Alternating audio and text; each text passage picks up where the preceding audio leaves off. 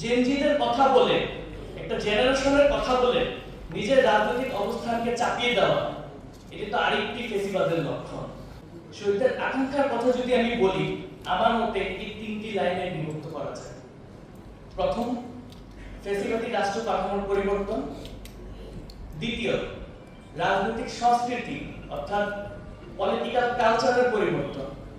তৃতীয়, জুলাই গণঅভ্যুত্থানের সুষ্ঠু বিচার সম্পন্ন করা। এটি আমার মতে যে এই তিনটি লাইনে আমরা শহীদদের আকাঙ্ক্ষা এবং জুলাই গণঅভ্যুত্থানের আকাঙ্ক্ষাকে আমরা ব্যাখ্যা করতে পারি।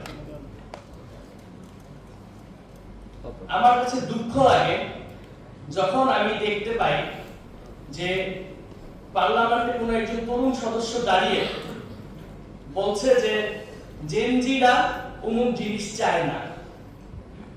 আমার প্রশ্ন, কোন জাতীয় সম্মেলনে, কোন গণভোটের মাধ্যমে সেই তরুণ সদস্যকে জেনজিদের দায়িত্ব দেওয়া হয়েছে? এটি আমার সবার কাছে প্রশ্ন। অবশ্যই যে কোনো বিষয় আলোচনা, সমালোচনা এবং সংশোধন যোগ্য, কিন্তু এভাবে জেনজিদের কথা বলে, একটা জেনারেশনের কথা বলে নিজের রাজনৈতিক অবস্থানকে চাপিয়ে দেওয়া, এটি তো আরেকটি ফেসিবাদের লক্ষণ। আমরা দেখেছি মাননীয় প্রধানমন্ত্রী নির্বাচিত হওয়ার পরের দিনই তার বিরোধী দলের নেতাদের বাসায় গিয়েছেন এবং এই পুরো বাংলাদেশকে একটি বার্তা দিয়েছেন এই রাজনৈতিক সংস্কৃতি পরিবর্তনের, পলিটিক্যাল কালচার পরিবর্তনের।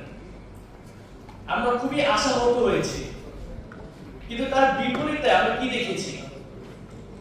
আমরা দেখেছি আমাদের যারা সিনিয়র রাজনীতিবিদরা রয়েছে, যাদেরকে মানুষ, এদেশের মানুষ ভালোবাসে, সম্মান করে এবং ভোট দিয়ে নির্বাচিত করেছে, তাদেরকে নিয়ে বিভিন্ন এলাকায় যে যা ইচ্ছা তাই দিয়ে মন্তব্য করছে, মুখে যা আসছে তাই বলছে।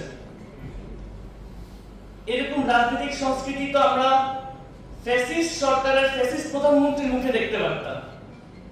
আমরা তো এরকম সংস্কৃতি চাইনি। এই যে শহীদদের আকাঙ্ক্ষা, গণঅভ্যুত্থানের আকাঙ্ক্ষা বাস্তবায়ন, এটি কি শুধুমাত্র সরকারি দল বা সরকারেরই দায়িত্ব? এই দায়িত্বটি আমার, আপনার, সরকারি দল, বিরোধী দল, এদেশের সকল জনগণের সম্মিলিত দায়িত্ব। তাই আমাদের এই বিষয়টি খেয়াল রাখতে হবে। শহীদরা কিন্তু আমাদের উপর থেকে দেখছে। শহীদ আবু সাইদ, শহীদ বীর মুগ্ধ, শহীদ ওয়াসিম আকরাম, তারা কিন্তু আমাদের উপর থেকে দেখছে। আমি সবসময় একটি কথা বলি যে দেশকে বদলাতে হলে প্রথমে নিজেকে বদলাতে হবে। আমরা যদি নিজেদেরকে বদলাতে না পারি, আমরা দেশকে বদলাতে পারবো না। আমার কাছে আরো দুঃখ লাগে যখন জুলাই গণঅভ্যুত্থানের যে বিচার কার্যক্রম হচ্ছে, সেখানে আমরা দেখতে পাই যে যেই পুলিশ সদস্যটি শহীদ আনাস, তাকে নামমাত্র 3 বছরের সাজা দেওয়া হয়। যেই বিগত আইজিপি চৌধুরী আব্দুল্লাহ আল মামুন এই পুলিশ বাহিনীকে নেতৃত্ব দিয়েছিল ছাত্র জনতার উপরে করার জন্য, তাকে নামমাত্র 5 বছরের সাজা দেওয়া হয় এবং সেটি নিয়ে সবাই চুপ থাকে। সেটি নিয়ে সবাই চুপ থাকে, কেউ কোনো বিন্দুমাত্র কোনো কথা বলে না। আমি তখন খুব দুঃখ পাই। তাই আমার সকলের কাছে অনুরোধ যে আমরা, আপনারা সবাই মিলে যাতে শহীদদের এবং জুলাই আগস্ট গণঅভ্যুত্থানের যে আকাঙ্ক্ষার বাংলাদেশ, সেই আকাঙ্ক্ষা গড়তে পারি, সেই লক্ষ্যে যাতে আমরা সম্মিলিতভাবে কাজ করে যাই।